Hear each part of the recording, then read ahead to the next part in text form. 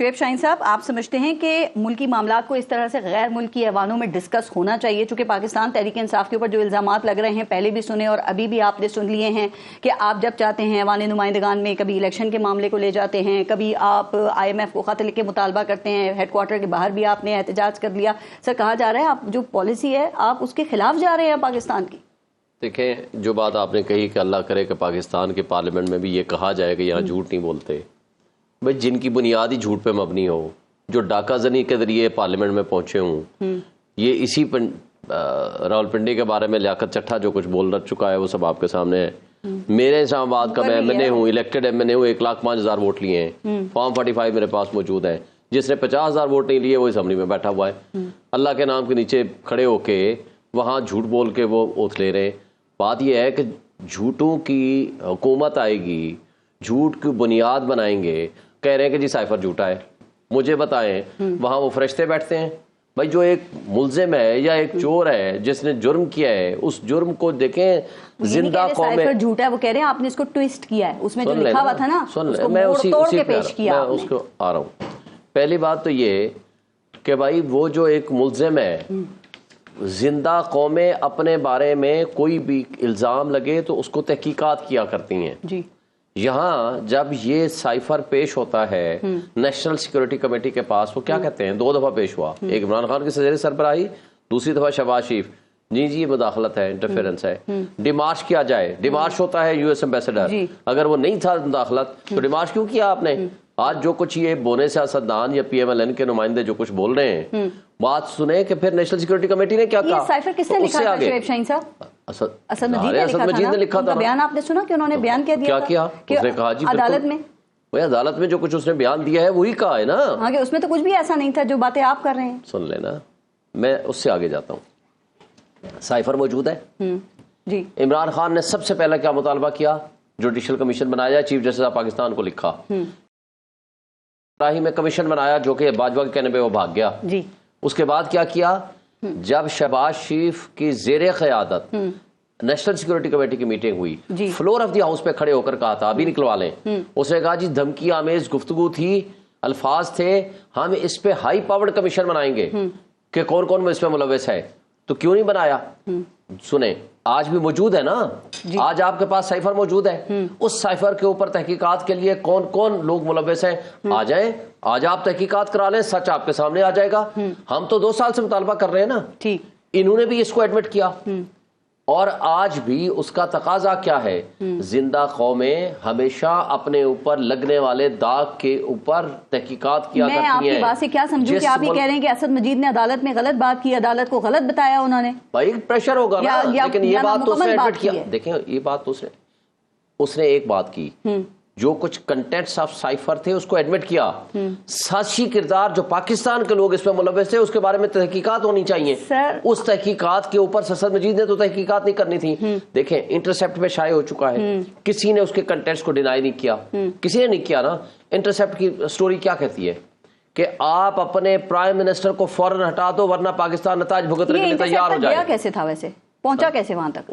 اس کا سورس بتا دیں۔ انہوں نے کہا ہے کہ ہمارا سورس ہے، کسی نے اس کو جا کر کے وہاں مقدمہ نہیں کیا کہ جو آپ تم سورس بتا رہے ہو غلط بتا رہے ہو، جو کچھ تم کہہ رہے ہو یہ غلط کہہ رہے ہو۔ خان صاحب سے کاپی بھی تو گم ہوئی تھی نا، اسی کاپی کا تقاضا کیا جاتا ہے۔ یہی تو بات ہے نا، وہ جو کاپی گم ہونے والا کہانی ہے، اعظم خان نے آگے ساری سٹوری بیان کر دی۔ اس نے کہا اچھا مجھے بتائیں، آپ جو ایک سربراہ ہوتا ہے کسی بھی ادارے کا، وہ ریکارڈ کیپر ہوتا ہے۔ اس نے کہا جی مجھ سے بارہا کہا کہ جی ڈھونڈو کدھر ہے، دفتر سے کیسے غائب ہوا۔ ایک پرائم منسٹر کا کام ریکارڈ کیپر یا کلرک نہیں ہوا کرتا۔ یہ تو سائفر کی بات ہے۔ حکومت کو آپ سے شکوہ یہ ہے کہ آپ ہر بات پر پالیسی کی مخالفت کر رہے ہیں۔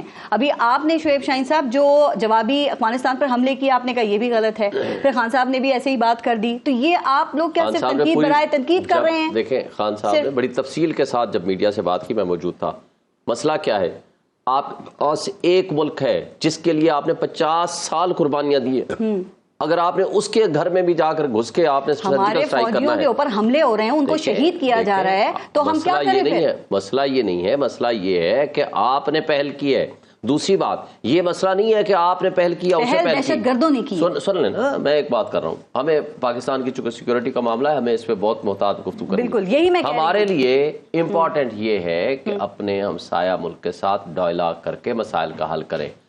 جنگ آپ کے مسائل کا حل نہیں ہے، آپ کو امن چاہیے. اس ملک میں واحد ہمسایہ ہے جس کے ساتھ آپ کے تعلقات درست ہو سکتے ہیں، یا چائنا ہے.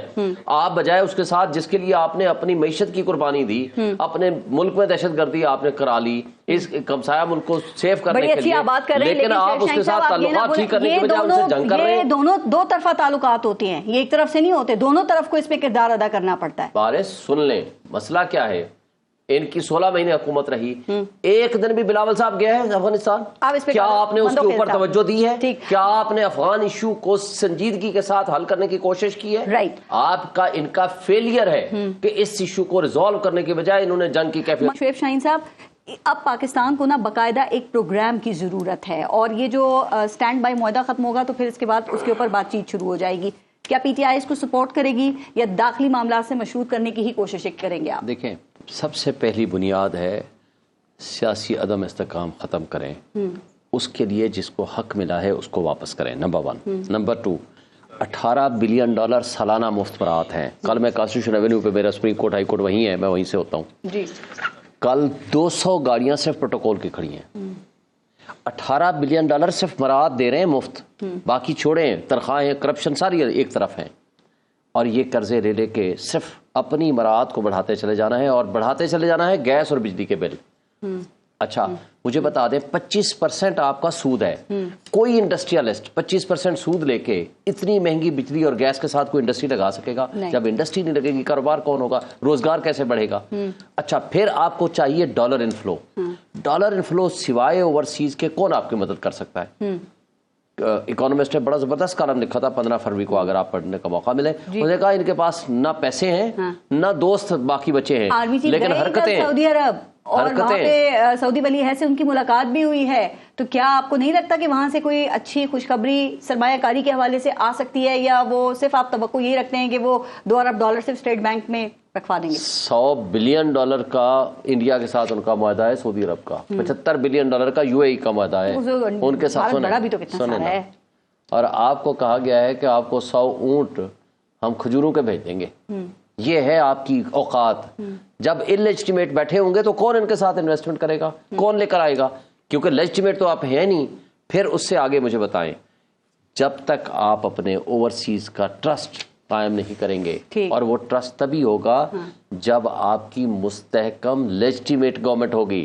آپ آمدنی کے ذرائع بڑھائیں، پی ٹی آئی کی ہوگی، ظاہر پی ٹی آئی کی ہوگی یقیناً. گھوم پھر کے ہم اپنی ذات کی بات نہیں کرتے. جو اس وقت پاکستان کا حال ہے، ساری ذمہ داری کیا پی ڈی ایم اور نون لیگ کی ہے، یا کچھ ذمہ داری پاکستان تحریک انصاف بھی قبول کرے گی کہ آپ سے بھی غلطیاں ہوئی ہیں تو آج ہم یہاں پہ ہیں؟ ہم کیوں غلطیاں ہوئی ہیں؟ ہماری وہ کہہ رہے ہیں آپ مائنز لگا کر چلے گئے تھے، مائنز اور ایسی وہ بعد میں تھیں، پھٹنا شروع ہو گئی. سن لیں، ان کی مائنز ہماری ایسی تھیں 6 ان کے اعداد و شمار بتا رہا ہوں، ہمارے نہیں، 6.2% GDP تھی جب ہم نے اقتدار دیا، ان کے حوالے کیا یا ہمیں نکالا گیا.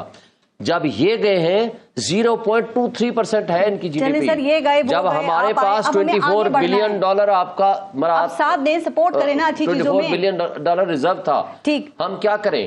ہم کہیں ڈاکو بھائی آپ نے ڈاکہ تو مال کے رکھ لیا، ملک کے پاک قابض ہو گئے ہیں، آپ چوری بھی کرتے ہیں، ڈکیتی بھی کرتے ہیں، اس کے باوجود آ جائیں ہم آپ کے ساتھ بیٹھ کے محبت کی پنگیں بڑھاتے ہیں. داخلی معاملات کو داخلی رہنے دیں، داخلی ہے نا، ہم داخلی کی بات کر رہے ہیں. غیر ملکی ایوانوں تک نہ ان کو لے کر جائیں، باہر احتجاج نہ کریں آپ. پارس داخلی معاملات کا حل یہ ہے کہ آپ اس نمائندوں کو دیں. لوگ پیٹ پہ پتھر باندھنے کو تیار ہوں گے ان کے لیے جو واقعی ٹرو لیڈر ہوگا، ان کا نمائندہ ہوگا اور وہ ریفارمز کر سکے گا. ان کے اللہ تلے 200 گاڑیاں لے کے آپ پروٹوکول کی پھریں، اور ایک گاڑی کے ٹائر بدلنے کے لیے 2.25 کروڑ روپے اٹھا کر کے آپ دے دیں.